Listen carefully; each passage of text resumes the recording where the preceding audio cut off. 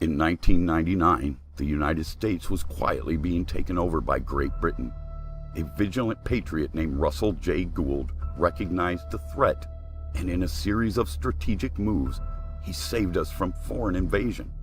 He took control of the Title IV U.S. flag and logged it in with the United Nations, becoming sovereign successor to Great Britain. When the political dust had settled, Mr. Gould had taken over several high-ranking government positions, and that put the country's true terrorists on notice. He introduced a language called now-time quantum grammar. Then he used it to prove all previous legal and financial documents to be fraudulent, thus saving the U.S. trillions of dollars in debt. He also redesigned the periodic table of elements. His work was referred to as extraterrestrial technology and genius. But as his reward for his effort, he was arrested and tortured by the government that he saved. Russell J. Gould's rescue of the free world. Join us now as we lay out the facts and answer one very crucial question. In the year 2007, the mortgage crisis hit the United States. Several of the guys in my unit got together. We were sitting around the shop one day and talking about how we were losing our homes and we were all about to be tossed out on the street. We were really kind of worried about it. As we were sitting around talking shop, we were like, hey, we got the clearances to do this. We know people in the right places. Let's get together and let's see if we can't drum up and figure out what in the heck happened. What in the heck caused this mortgage crisis incident, and what really happened there. So after a few months of digging, we had ran across Judge Dave Wynn Miller and Russell J. Foucault and Gould, and what they had done to the mortgage industry that they were responsible for. And that was that they had syntaxed the mortgages and found them to be 100% grammatical fraud.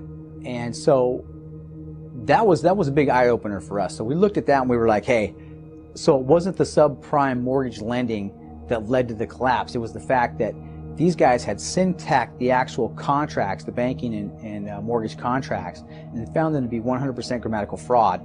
And Fannie Mae and Freddie Mac immediately bundled those up and sold them to Bank of America. And 3 days later, when Bank of America found out they were sitting on bad paper, they sold them to, I believe it was Wells Fargo. And from there, the fire sales had started with these bundled mortgages. So with that, we started digging deeper. Well, who is Russell J. Gould and who is David Wynn Miller? But what really unlocked the entire mystery for us was the fact that there was a grammar key on the mortgages that had been syntaxed, the Fannie Mae and Freddie Mac mortgages that were syntaxed by these guys. They had a grammar key or a syntax key on the side of the paperwork. And so we were like, okay, well, we understand how syntax works and how there was grammatical fraud going on, but what gave this key, this syntax key that they were putting on the paperwork, the power to syntax that document? And with that, that's where we uncovered the largest national security secret in this nation's history, if not the world itself. So what this did was it led us down, basically this led us down several rabbit holes. And one of the rabbit holes that it led us down was we had to start, first we had to go all the way back to the beginning of U.S. history or American history to figure out what in the world was going on there, because this goes back that far. So we went all the way back to the start of the 13 colonies and the original bankruptcy of the United States, and that's really what this all stems from, is the bankruptcy of the United States, the first bankruptcy. And so when the 13 colonies was fighting for its freedom from the British Crown, there was a post office down in Philadelphia, and that was the Benjamin Franklin Post Office. And that post office was open until the war started, and because all war vacates contracts. So because the 13 colonies weren't yet an independent nation state of their own, or a nation of their own, they had to close that post office down because they were fighting for that national statehood. And after the American Revolution, that post office couldn't be opened back up because it was in a state of bankruptcy. It owed 1.6 million francs to the French for funding the American Revolution. So at that point, Spain and France argued over who was going to put the Postmaster General position here in the colonies to open it up to commerce. Why is that important? Why was that so important? Well, when we take a look at it, Spain argued that they had found America first, that Christopher Columbus had found America first, and so they had rights to it. France argued that without loaning America the 1.6 million francs, America wouldn't even be open for capture. But the King of Great Britain, or Great Britain still being the reigning monarch in the world, told Spain and France, I'm still the reigning monarch in the world, and I'm going to put my post office in up there. Those are my people. And when we went back and looked at the American history, you could see that the founders of the Republic talked about that. They said that they would much rather have chosen Great Britain as opposed to Spain or France, because they were used to Great Britain's wiles. They understood how that monarch operated. And so they decided that it was best to just continue working with him because they knew how he operated, and they knew you know, the wiles of this guy's operation and how his construct worked. And they weren't too sure about Spain or France and didn't want to start getting involved with someone they didn't know anything about. So they decided to go ahead and joined her with Great Britain, and they put the post office in Washington, D.C., Great Britain's post office in Washington, D.C., which is a foreign enclave of the United States. It never has been part of the United States, and it was opened up as the District of Columbia as a foreign enclave because it was the post office for Great Britain. So what that means is that the King of Great Britain placing his post office here opened up commerce to the rest of the world because he was the reigning monarch. So if the rest of the monarchs or dictators wanted to come into this country and rape and pillage it for its goods, they would have to go through him and his post office. So everything that was shipped in and out of this country, all commerce, he got a piece of through that post office. So that was the first bankruptcy, was Benjamin Franklin borrowed 1.6 million francs from the French. The second bankruptcy started when Abraham Lincoln borrowed the money from the IMF and the World Bank. Now, before I get into that, I want to say this. So the Founding Fathers had a pact, and that was that an accord, a gentleman's agreement between themselves, and that was that they were to never borrow any money from the IMF and the World Bank. And that is because the IMF and the World Banks owe no allegiance to any one particular monarch. And so they decided, the agreement was that they would only borrow money from other monarchs because the monarchs were only as powerful as their armies. And if they stayed in contract with two monarchs at the same time, if one monarch ever decided to try and invade the colonies, they would have to concur with the other monarch first before they could invade, so they didn't mess up something that other monarch had going on. So it gave the colonies time to react and get a plan in place to go ahead and move forward and try to figure out how to get themselves out of whatever debacle they might have found themselves in. So at a later time, as we went through the historical records and we ran into, of course, the Civil War was next, we found out that Abraham Lincoln, after the colonies dissolved and they broke in half, there was no more United States. It had ended, the North against the South. So you have two separate countries fighting against each other, essentially, is what happened here during the Civil War, because the South did raise its own flag and did substantiate itself as its own nation state. Abraham Lincoln, we found, violated the pact. He was the president that went ahead and borrowed money from the IMF and the World Bank, thereby violating the gentleman's agreement or the accord that the Founding Fathers had to never do that. And when he did, he initiated the beginning of the second international bankruptcy. That led us down into, of course, 1933 to the beginning of the third and final international bankruptcy, and also the Great Depression, the stock market crash of 1929. And from there, this is all laid out historically with what happened in relation to this syntax key that had been placed on these mortgages. And this is how far back we had to track to find out what in the world gave this syntax key power to be utilized on these mortgage contracts to conduct the syntax in the manner that had been conducted to validate the fact that they were all grammatical fraud, banking fraud, grammar fraud, you name it, fraud. Once we had backtracked that key and found out how was given the authority to be placed on that contract to conduct the syntacking that it had conducted, we ran across the largest national security secret ever covered up in the history of the United States. So this led us right back into the birth certificate and how the birth certificate system even got started here in America. People are used as collateral with other nations because the U.S. is bankrupt. The United States declared bankruptcy on March 9th of 1933. At this point, the U.S. began taking out loans from a private, non-government affiliated corporation called the Federal Reserve. With no money to pay back the loans, the United States began using the citizens as collateral. And that started back in 1933 with the beginning of the third and final international bankruptcy.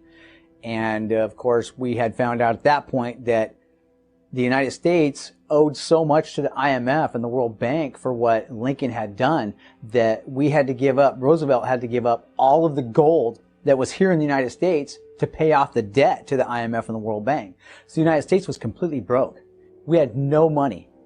And so they devised the birth certificate system, in which case the people themselves were the gold bars, became the gold bars.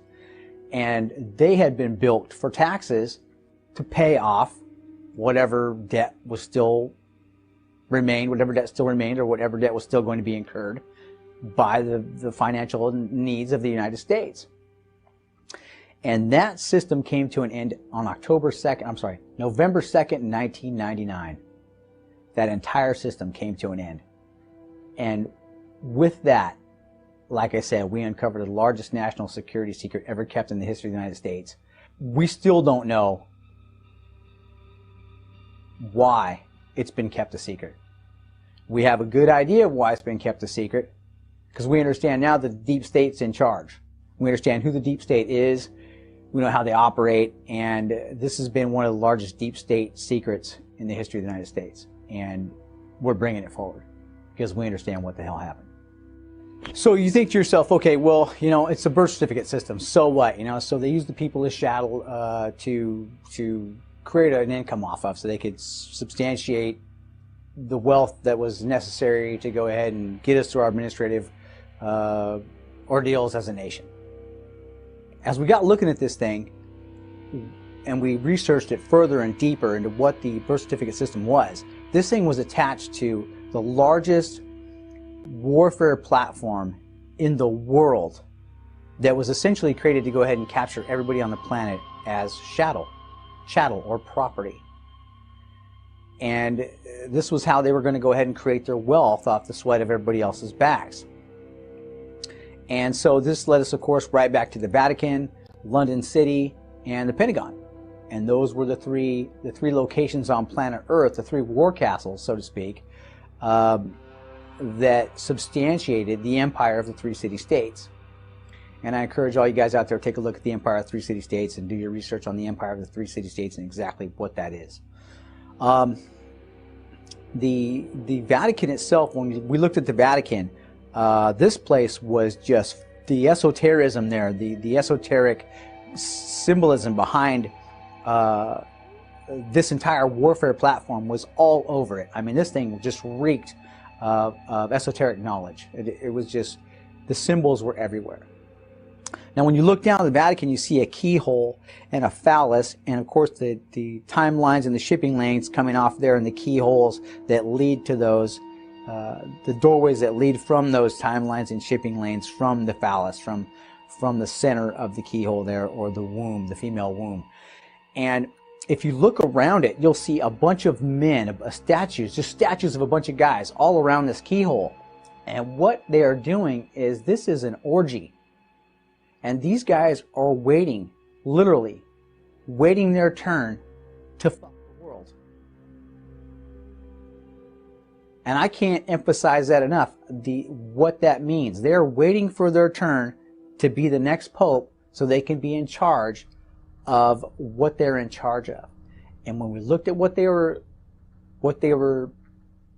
laying laying claim to being in charge of, when you look at the Vatican, was time. That warfare platform was a location on planet Earth to capture time. And it was demonstrated by the gargoyles that were there holding the sands of time horizontally to stop the sands from flowing up and down, and they therefore had captured time with the Gregorian calendar. Now with the Gregorian calendar, they tell you what day Monday is, what day Tuesday is, what day Wednesday is. And that is the calendar all the stock markets on planet Earth use to pay out to. All shipping and commerce moves by that calendar. So these guys, we found out, have nothing to do with Jesus Christ. They have nothing to do with God. They literally watch the movement and shipment of all commerce. And they say, or they claim, that they have been given, they have heavenly authorizations to be in command and control of those shipping lanes and those timelines, to watch the shipment and movement of all commerce. So basically all they do is watch the shipment and movement of all monies and all cargo on planet Earth, to include the militaries, because you can't move militaries without money being somewhere first. So these guys know where the wars are going to be, they know where they're going to start, and they know who's behind starting them and finishing them off. That's what we found out in the long run. So when we took a look at how all this worked, it ran back to the 3 international bankruptcies, like I said, and the third and final international bankruptcy came to an end in 1999. And when that happened, the post office that Great Britain had opened up in the enclave of Washington, D.C., the District of Columbia, had to close down. The king had to vacate the position, and the trustee for the bankruptcy had always been the President of the United States. He was the administrator for the bankruptcy, always has been. Well, with the end of the third and final international bankruptcy, the post office was closed down, and so we no longer needed a trustee because there was no more bankruptcy. But that was the long-range warfare plan of Great Britain, was to use the IMF and the World Bank, because they knew we weren't going to be able to pay back the interest that Abraham Lincoln had incurred by borrowing the money from the IMF in the first place. And with the end of the third and final international bankruptcy, the king would step in, pay the debt to the IMF and the World Bank off, and capture the United States back again as part of Great Britain, and we would all become peasants and serfs again. But the post office had closed down, and he had to vacate. Well, during that time that he had to vacate, there was 18 days there that post office was vacant. And during that time, Russell-J. Foucault and David-Wynne-Miller had seen this whole thing coming. They had been studying the bankruptcies. These guys were great at it. They understood the courts and the ports, and they understood that the ports, the neutral ports, were the courts. And with that, Russell, understanding what was about to take place here, ran up to the Pentagon and asked the Pentagon if they had a copyright and patent on the Title IV flag for the United States, the Title IV flag. And of course the Pentagon told him, no one's ever asked us that before, Russ, and he said it doesn't matter anyway because the grammar on the contract was all grammar fraud. I've syntaxed it and disqualified it, and my country's about to be captured, and as an American I have the right to protect my flag and my nation against all enemies, foreign and domestic, and this was a domestic takeover. So he captures the flag, takes off to the United Nations, legs in at the United Nations, and when the United Nations said, okay, but all the land on planet Earth is taken up, Russ, what land do you choose? He said, well, we choose the land of the courts during the time of the contract. And of course, with that gave them the highest and most powerful court on planet Earth. He turns around, and during that 18-day vacancy, he legs back in as Postmaster General here for the United States and keeps the continuance of the evidence for the post office open to allow commerce to still be conducted, but under his authority, not under Great Britain's any longer. So he had just succeeded Great Britain as the sovereign because he was given sovereignty status by the United Nations that allowed him to authorize the conduction of all commerce and the continuance of that commerce here in the United States. And now we took a big look at that and we were like, holy cow. So the Navy's sitting in foreign ports around the world. The Florida Chads, during the 1999 Florida Chads, the United States ceased to exist for 90 days. It was done. But there was an 18-day period in there where the post office was closed down. There was no longer a president. There was no longer a need for a middleman or a trustee anymore. So the Navy's sitting in foreign ports around the world with no country, and Russ had just taken the flag, and they have no flag. So they're sitting in foreign ports around the world in warships, and I'm sure all the weapons were like, what nation are you guys from, and where's your flag at? And when we went through the presidential paperwork and the congressional record, this is all chronicled in the congressional record and the presidential paperwork that we had ran across for that day, that we had found with what happened was that Bill Clinton was halfway around the world in Kosovo with the National Security Council. At 9 a.m. in the morning, he got a phone call from here in the United States telling him that the Title IV flag had just been captured by Russell J. Gould and David Wynn Miller, and it was now their new flag. They had just saved the United States from a surrender and takeover of Great Britain, this orchestrated long-range warfare attack that these guys had spent 200 years orchestrating had been stopped in its tracks by these guys. So the Navy immediately signed on with Russ in 2003, and we're like, you're the new sovereign for the country, you got the flag, you saved the United States from surrender and takeover. Outstanding, no one's ever done that. And he legged in with them and leased the flag to the Navy so the Navy could continue to conduct its commerce, its shipment, because the Navy's all shipping. So they were able to ship themselves around the world and continue to protect the United States in a defensive posture, or offensively should they need to move to an offensive posture.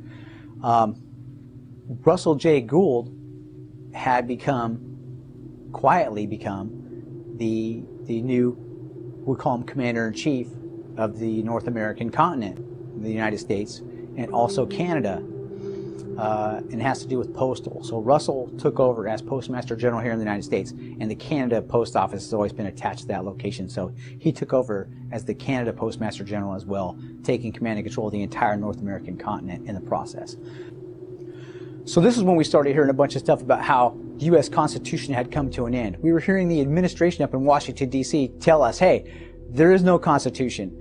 And we couldn't figure that out. We were like, what in the hell are you guys talking about? There's no U.S. Constitution. Well, it wasn't the actual U.S. Constitution itself that dissolved in relation to the Bill of Rights and your freedoms here and the way the government operates as far as the legislative, executive, and judicial branches. But in relation to that, they were saying that there was no U.S. Constitution, but it wasn't so much that, like I said, that the U.S. Constitution itself dissolved. It was the banking constitution that constituted the United States. That end of the Constitution, the outline for the banking constitution, had come to an end. It was the end of the third and final international bankruptcy, so we no longer needed a trustee. So the people of the United States would then have to be informed, hey, we now need to reconsolidate and resubstantiate the entire country. We need to pick a new Senate. We need to pick a new Congress. We need to pick a new president or elect a new president. And we have to go through the entire rebuilding process for the United States to move forward in a quantum manner, because the new Postmaster General system is all quantum. And he was the only person in the history of the world to do this, set up this quantum construct. And we'll get into that quantum construct here in a little bit, but I wanted to tell you guys about the rumors we were hearing about the U.S. Constitution coming to an end. It wasn't the U.S. Constitution and our laws and our liberties. It was the fact that the banking constitution had come to an end and was closed out with the end of the third and final international bankruptcy. And with that, the birth certificate system here in the United States ended. And so there's all the little kids that have been born since 1999 aren't supposed to be born on a birth certificate system. And the birth certificate system itself, when we looked at that, was one of the most nefarious pieces of the empire of the three city-states warfare platform to capture everybody as peasants or serfs or chattel property. And when we sat back and took a good look at the birth certificate system, when you're born on this planet and your mother has you in her arms in the hospital, when you're first born, the RN comes in the room and says, hey, you need to sign this birth certificate before you can leave the hospital with the baby, or you can't leave with the baby. Well, that's a lie. You're trying to tell me I can't leave the hospital with my child unless I sign this document, this birth certificate document? That's kidnapping. That's illegal. You can't take my baby from me and hold my baby just because I don't sign your document. That's crazy. So what we found out was that the baby's name is all in capital letters on the birth certificate. And when your mom signs that thing, she signs in cursive, which is considered necromancy, communication with the dead. Well, the only place you find all capital letters in anyone's name is on a tombstone. That's the only place you're supposed to find it. You're a dead entity. Well, when you're born into this world, you're considered a dead entity due to the shipping war that we're all in. So you're automatically, when she signs that document, and everybody signs in cursive, she's conducting necromancy, communicating with the dead. And when you're legged into that massive corporate construct of the Empire of the Three City-States, you're automatically presumed missing, dead, or presumed lost at sea. So you're a dead person, you're just a piece of cargo. So when you take a big look at this in relation to the esoteric symbolism behind what the Vatican is doing and what London City and those guys are doing, and the P2 Mason lodges, the Knights of Malta, the Knights of Columbus, and the Jesuits, which is the militia for the Vatican. This group of people are the secret lodges on this planet, and they utilize this shipping warfare system to conduct commerce on planet Earth. It's how they make their riches. Quite frankly, we found that a little aggravating. I mean, we were pretty upset when we got to the bottom of what the birth certificate system is. It's claiming that you are owned. You're a piece of cargo and that you're owned. Owned by whom? Well, we're owned by the Vatican.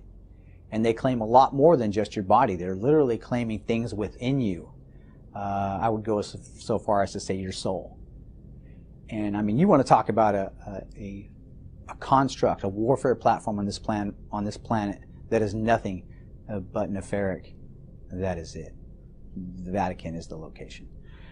So what we were looking at was, with this global system of governance, was we'll just call her a female. We'll call her, as a matter of fact, it's the Great Whore of Babylon. She's the Great Whore of Babylon, as clearly laid out in the Bible. This system is based in Admiralty and Maritime, the International Admiralty and Maritime Law of the Sea. And all of the corporations on planet Earth, to include the Empire of the Three City-States specifically, contribute to the strengths and the existence of this system, this female, we'll call her. In relation to what Commander-in-Chief Russell J. Gould has done with his system, was that he created a now time scenario, and with that, of course, he had his own elemental table and a periodic table and elemental chart, and his elemental chart was so genius in its construct that it destroyed the previous elementals chart. And when it did that, it took down the planet's ability to communicate. It has just destroyed all the nations' ability to communicate with one another in relation to shipping and the movement of commerce, because they could not create a mathematical fact or a 0 point to base their sums and differences upon.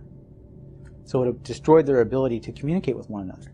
So when he went back in and captured the position as Postmaster General here in the United States and resubstantiated all commerce, he had to reopen the United States back up to international trade and commerce. And when he did that, he had to physically go into the locations on planet Earth, such as the International Trade Organization, World Trade Organization, and leg in as the last American standing here in the United States that had the flag, had a banking constitution, had his own elemental chart and periodic table, to say, hey, I'm open for business and I want to open commerce back up. And so he went to these locations, to these giant corporations, and when he did, he disqualified that position because the syntax was found to be fraudulent. It was grammar fraud in relation to what he had constructed, because he had rebuilt the entire system for communication. And so the old communication system was thereby destroyed. So with it being destroyed, he's now got to go into these locations anyway, not just to set up international commerce for the United States, but to set them up properly, because they were destroyed with his construct. So now as he sets them back up proper, the Whore of Babylon that was once using International Admiralty and Maritime Law of the Sea to claim everyone as presumed missing, dead, or lost at sea. And when we went back to biblical scripture, of course, and this leads all the way back to that,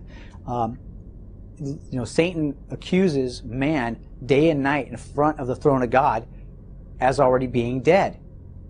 And when you further look at the esotericism behind that, he's basically trying to mirror what God did. And God destroyed the world by flood. Well, Lucifer's trying to do the same thing. He's killing all the people on the planet by saying they're presumed missing, dead, or lost at sea with a birth certificate system. So it's a mirror of what God has already done. This stuff goes all the way back into biblical prophecy, and the esotericism behind this warfare platform is demonstrated clearly by the Vatican with what's going on. And so it's speaking to us. It's in plain sight and right in the open, right in front of all of our faces. So as Russ set this system back up and went to each corporate location to say, hey, he started at the Universal Postal Union up in Bern, Switzerland, and said, hey, charter's been disqualified. So I'm reopening it up properly and placing myself in as the Universal Postmaster General in Bern, Switzerland. So he did that. And each time he did that, he reconstituted the Whore of Babylon and made her a correct version. So now you got a mirrored image, a mirrored version of exactly what once was, but correctly. And so he used that whole system, which was the system the United States was using anyway, but now he's got it and it's correct. The whole thing is correct. And it took down all the global powers on the planet in the process, but resubstantiated them in correctness. So they haven't gone anywhere. They just had to adopt the new system. And with that system, there's no longer any ability to create contract fraud in that system. You can't lie, cheat, or steal, or create a loophole in the contract because it's a mathematically certifiable grammar. So what it says is what it means, and what it means is what it says, and it's certified forward and backward. So they can't take this into court later and say, oh, what it meant was, or what it's supposed to mean later is this, because there's, in his now time construct with his grammatical construct, there is no past and future tense verbiage in the grammatical construct. So what it means is what it says now and forever. So in 100 years when they pick that contract up and they say, well, what it was supposed to mean or what it is to mean later doesn't apply. It says now, is and are. What it is now. So it's still in now time. So 100 years from now they can pick it up and say, wow, no, it still says today. Nothing to argue over here. So if you violate the contract, it's obvious and you're busted for it. They'll take you to court. Of course, the ramifications behind that and the litany of charges that could be created would eliminate the opportunity for fraudsters and racketeers to try to take advantage of that system. It'll be removed. When you further go back to look at this and take a real serious look and examine this entire thing, and we spent years on this now. We've spent a decade researching this entire matter. So what this gentleman has done is, with his construct, he has taken command and control of the entire planet. The construct that was there, he took command and control of and resubstantiated it, he mirrored it, but in a correct manner, using grammar correctly, using the word, the meaning of the word correctly. And with that, the powers that be lost all their powers. And of course, they had come unglued on this guy. They tried to get him to surrender the flag. They beat him pretty bad. Took him into court because what he had done was he had started court-martialing Bush and Cheney and 500 admirals and generals for not immediately jumping onto his plane and immediately initiating the changeover of the new government to take place all the way down to the civil level, so that contracts written by civil governments and state governments would all be operating with this quantum grammar construct, so that you couldn't racketeer anymore. There'd be no way to launder money to move pedophiles or guns or drugs or anything like that. The money was going to go where it was supposed to go. You couldn't borrow from the school slush fund to pay for the roads. That would be gone. That whole borrowing system of borrowing from Peter to pay Paul would be gone, and it was dissolved. And he wanted that correction made immediately. And because that didn't happen, and they didn't join with him immediately, he court-martialed them. He started court-martialing everybody, saying there is no president. And of course, with the Florida Chads, the Bush and Cheney Florida Chad sideshow, once Bush was appointed, and he was appointed, he was not elected. And that's why you hear Trump today saying it's all rigged and we're stopping it. It's all fraud and we're ending it. Is because those guys, Bush and Clinton and Obama, were placed in there by this New World Order, this shadow government, deep state, global apparatus that's been trying to capture the world and place everybody under a birth certificate system. So, because he had moved so rapidly with what he had done, he didn't have time to alert the NCO chain of command to say, hey guys, this is what's going on with the bankruptcy. They're about to surrender to the United States and raise a British flag here, and they're going to capture you all as chattel again. Raise a British flag here, seize your guns. They put FEMA camps in place. Obama was coming for him. And thank God we did not get Hillary Clinton in there, because she was the final stake in the heart. When we look at what's happening there, as far as the verbiage goes, the doublespeak these guys are using, this New World Order apparatus, the doublespeak they use, when you examine the tapes, when you go back and look at the New World Order tapes of President Bush Sr. talking, saying, you know, we need to create laws that will protect the weak from the strong. A world where the strong respect the rights of the weak. We have before us the opportunity to forge for ourselves and for future generations a new world order, a world where the rule of law, not the law of the jungle, governs the conduct of nations. He's not talking about weak people as far as this person who's unemployed. He's talking about the weak people, the New World Order being so few against the strong, the people of the world who don't want this apparatus to come into play, that know what these guys have up their sleeve in the long run. We've read the Bible. We know what it looks like. We know what they want to bring into fruition. We know what's coming. The playbook's in your hands. Everybody's got one. And so when he's saying we want to protect the weak from the strong and have freedom and peace, he's talking about the freedom to stop the rest of the world from allowing these guys to make laws freely and in peace so that they can't be stopped by the people. That's the doublespeak these guys are using, and it's very, very nefarious when you listen to it and you realize these guys aren't talking to the American people. They're talking to their bosses behind them.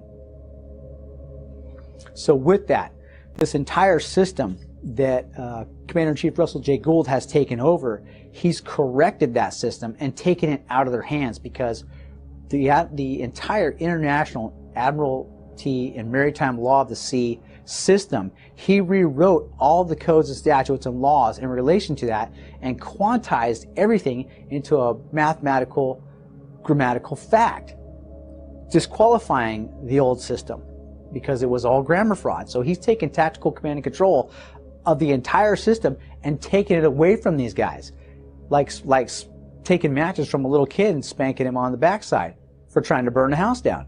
That's exactly what this guy has done. In relation to a one world global government or a new world order, Commander-in-Chief Russell J. Gould's system is not that biblical or biblically prophesied one world government, new world order that is going to be so tyrannical that it crushes everyone beneath its foot. He literally stopped that from happening. And because they didn't want to play with him, because of what he had done was so great, and he had moved so fast, and he only alerted the upper echelons and told the bad guys, hey, I'm taking command and control here. He failed, and a huge oversight on his part was that he failed to tell the non-commissioned officer chain of command in the military what he was doing so people could get behind him and thank him for saving the country from, one, a surrender and takeover, and from, two, the New World Order apparatus's attempt to conquer the planet. He stopped it right in his tracks, but because he moved so fast and didn't alert the rest of the military, the bad guys kicked him to the side and placed in the Federal Reserve. So the banks moved in, the Federal Reserve Board moved into the Postmaster General position up in Washington, D.C., and chose the new Postmaster General. And that's all chronicled in the Congressional Record, which is all to be found in the 1999 Government Reformation Act. The government needed to be restructured anyway because it was the end of the third and final international bankruptcy. But prior to that, we know this was a takeover attempt and a surrender attempt back to Great Britain because the Amero was sitting there waiting prior to the end of the third and final international bankruptcy in 1999. They had the Amero set. They were waiting to get the Americans to join the European Union. It was already in place. We were this close to being surrendered, and he stopped it in its tracks. So when that happened, like I said, they didn't want to play ball with him. And as we looked at what was happening there, the P2 Mason lodges, the Knights of Malta, the Knights of Columbus, and the Jesuits were losing their minds. I mean, these guys were pulling their hair out because Russell J. Gould was not groomed by the P2 Mason lodges. He's not a Mason. He's not a Knight of Columbus. He's not a Knight of Malta. He's not a Jesuit. He's an American. A guy from Wyoming who was smart enough to figure this whole thing out and save the country from being surrendered. So with that, no one wanted to play with him because there was no way to control this guy. There's no way to blackmail this individual. You can't pin pedophilia on him. You can't pin racketeering on him. He has done nothing but save the nation, set up a whole new construct globally. So because there's no way to blackmail or control this guy, they don't want to let him take over because he doesn't adhere to their standard operating procedures. He doesn't adhere to any of their beliefs, their belief systems, their belief structure, and they did not want to let him take tactical command and control the way he had. So after 12 years of these guys not wanting to play ball and just move forward in a factual manner in relation to what really took place here on this planet, in relation to the United States coming to the end of its third and final international bankruptcy, in relation to the fact that this gentleman captured the flag, in relation to the fact that this gentleman legged into the United Nations, in relation to the fact that he was declared a sovereign, and in relation to the fact that he legged back in here at the post office in Washington, D.C. in the United States, taking tactical command and control of the jurisdiction or the District of Columbia and all of the war powers. They didn't want to play ball at that. So he, at that point, mails himself around the world and sets up this entire global construct. It says, okay, well, I'll just go ahead and open the United States up. I'll open my government system back up, and in the process, take it all down. And the last thing he did was in 2012, after these guys moved forward for 12 years in an act of fraud, basically is what they did, because in reality, what happened, they didn't tell the American people, hey, we need a new banking constitution created. We need a new Senate elected. We need a new Congress elected. We need to resubstantiate how we're going to bring forward a president and what he's going to be in charge of, and set the parameters up for that, what he will be in charge of, how the bankruptcy will work if we're even still going to ever have to go through another bankruptcy, but how Russell's banking system worked. The president was to be in charge of that. He would be the administrator of the finances still. So the system for the system of government for the United States didn't necessarily come to an end. It just needed to be, the new system needed to be recognized, and it needed to be brought into place. It just needed to be brought forward, and we could have kept going forward in a factual, proper manner in relation to what actually happened on planet Earth. But instead, they didn't want to play that, and they put in the Federal Reserve in there in Washington, D.C., and they've moved forward the way they have for the last 17 years. So after a 12-year run, on December 21st, 2012, Commander-in-Chief Russell J. Gould and David Windmiller went down and opened up the Benjamin Franklin Post Office in Philadelphia, Pennsylvania. Now, when you look at Washington, D.C., you have Admiralty. That is the Admiralty and Maritime Jurisdiction of the Sea, because it belonged to the King of Great Britain. And that's how he runs his country, under the Admiralty and Maritime Law of the Sea. Everybody's considered a little boat or a little vessel or a piece of cargo that's presumed missing, dead, or lost at sea. Same thing here in the United States. So that's the Admiralty and Maritime Jurisdiction of the Sea. So then he goes down to Philadelphia, Pennsylvania, which is the civil jurisdiction, law of the land, and opens up the Philadelphia, Pennsylvania Post Office, which had been closed down with the start of the American Revolution. And it couldn't be opened back up because they owed 1.6 million francs to the French, so they were in bankruptcy. Bankrupt people can't contract, so they weren't allowed to open up commerce through that post office. So DC had to come in and put its post office, Great Britain had to come in and put its post office in up there. If they didn't, Spain or France was going to do it. So by opening up the Benjamin Franklin Post Office in Philadelphia, Pennsylvania, he took the entire government system back down to the original location along with the flag and posted that Title IV flag up in Philadelphia, Pennsylvania. And by doing so, since the birth certificate system ended, he now presents everybody with a claim of the life, thereby shipping you out of the land of the dead and back onto the land in the civil jurisdiction, law of the land, where the blood testifies to the life. And with that, reconstitutes the entire American government again in a proper manner under the correct Title IV flag, using the correct communication, parse, syntax, grammar to establish all of his systems of government on this planet for you to then conduct commerce here in the United States. There are no more laws, rules, and regulations in relation to the old system. They've all been disqualified. So in 2017, Commander-in-Chief Russell J. Gould goes back to the Federal Reserve in Washington, D.C. And since the building was supposed to have left the United States because the end of the third and final international bankruptcy had come to an end, the Federal Reserve was, the Internal Revenue Service, which was the collection agency for the debt, had to be kicked out of the country because the bankruptcy had come to an end. It was over. So the Federal Reserve should have ended as well. But because it didn't leave, and for 17 years it sat there operating in a fraudulent manner, Commander-in-Chief Russell J. Gould goes down there and tells those guys, hey, why is this building docked on my land? I'm levying a fine against you. So he levied a fine against the Federal Reserve Board of Governors for having that vessel docked on his property.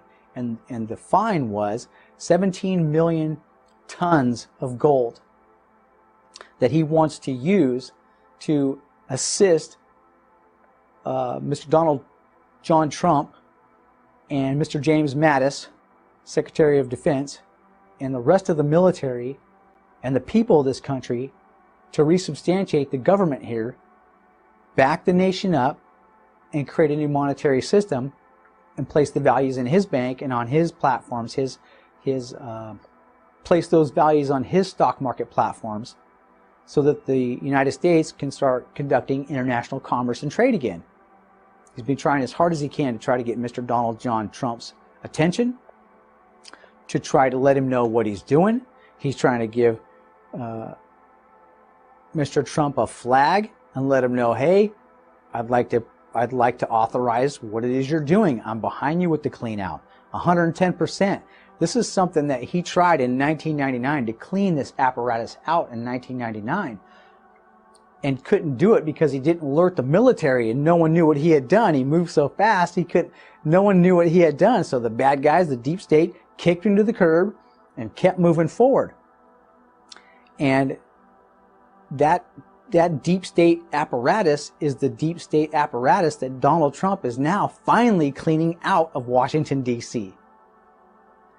And this is the reason we're bringing this forward. This is the largest national security secret in the history of the nation, if not the world itself, in relation to how it took down all the powers globally, how it was reconstructed, in relation to the mortgage, housing, financial crisis of 2007. This entire national security secret was revealed to us. We've gone through the congressional record, we've gone through the presidential papers. Everything's there. It's all chronicled there. You can find it there. We've listened to the Navy SEALs scream. We've listened to my commanding general, Major General Jerry Boykin, say get involved. The Navy SEALs are yelling to get involved. Everybody's yelling get involved to us former special operations guys, to us military personnel, current, past, future, present. Get involved, figure out what's gone wrong, and fix it. Well, it's been fixed, guys, and it's been kept from us for 17 years. This gentleman's a national hero and deserves a medal of the highest honor. He saved the country, He saved the flag. He saved us from a surrender, a secret surrender, a domestic takeover here in the United States that nobody even ever saw coming. And I'm sure that when the attorney generals and the rest of the people here in the United States get a hold of this story, and they do the research on the 3 international bankruptcies of the United States, and they see how this apparatus works, they're going to come to the conclusion, the same conclusion we have in relation to what we found here. What is literally staring us right in our faces all day long. And that is that this gentleman deserves a medal of the highest honor and is quite frankly a national hero. What's going to happen if the United States doesn't adopt this new quantum system? Because it has its own elemental chart and its own periodic tables, this thing was considered genius by the Department of Energy. And the rest of the world got a hold of this thing. And I can tell you right now that if the United States does not adopt this system and this system of grammar to create contracts on this planet, the bad guys will. And if those guys start creating contracts and subject the United States to their whims and their wills in relation to this construct, they will crush us like we have never been crushed before. Laws will be ironclad. Regulations will be ironclad. However, if they do not have Commander-in-Chief Russell -J Gould's thumbprint and signature on those documents to substantiate the executive authority required to legitimize such a document, it's not legal. But I can tell you this much: if we don't adopt it, the bad guys will, and they'll crush us. They cannot get around the elemental chart and the periodic table. They cannot get around the mathematical construct of that grammar. It's a fact. It is what it is, and it's taken down all that it's taken down. So from where is it that they have the ability to move forward from in a manner that would allow them to disqualify such a platform? They can't. So if we don't join with it, they'll take it, and it will be to our ruin. So the yellow fringe flag doesn't come from any nation. It's not registered. All flags are registered around the world with the United Nations. None of them in their copyright and patent have a yellow fringe on them. The yellow fringe was added after because everything's been captured in the International Admiralty and Maritime Jurisdiction of the Sea in a shipping war. So the yellow fringe denotes that it's been captured by the shipping war. But the shipping war is based in the International Admiralty and Maritime Law of the Sea. So the yellow fringe flag doesn't have a nation because the sea is not a nation. It's not registered as a nation with the United Nations. So when he captured the Title IV flag, as clearly laid out in Army regulation, the yellow fringe is a desecration of the flag. So he removed it because he destroyed the International Admiralty and Maritime Jurisdiction of the Sea when he took it over. So he removed the yellow fringe off it because he's captured the shipping war and released everybody from it by shipping them back in onto the land, at least here in the United States. So the yellow fringe flag doesn't have a nation. It's based in International Admiralty Maritime Law of the Sea. Well, the sea is not a nation. It's not registered at the United Nations as a nation. So the yellow fringe flag is a flag of the sea. Well, the sea is nothing. So it's a flag of nothing. Basically, it's a corporation. It's a huge corporation, but they're using that Admiralty Maritime Jurisdiction in violation of its jurisdiction on the land in an act of warfare against the people, saying you're all boats and little vessels. Well, you can only claim a little boat or a little vessel if I'm out in the middle of the water. As your flag clearly denotes, you have a yellow flag or yellow fringe around it, saying we're at Admiralty and Maritime Law of the Sea. Well, if you're on the land, you're in violation of your jurisdiction, therefore you're conducting inland piracy. So these guys and their entire system globally, they are nothing more than pirates. That's all they are, and they've declared everybody else to be a vessel or cargo that they can rape, plunder, and pillage. So they're literally This is a global group of pirates is what this is. So, yeah, wild, right? Wild.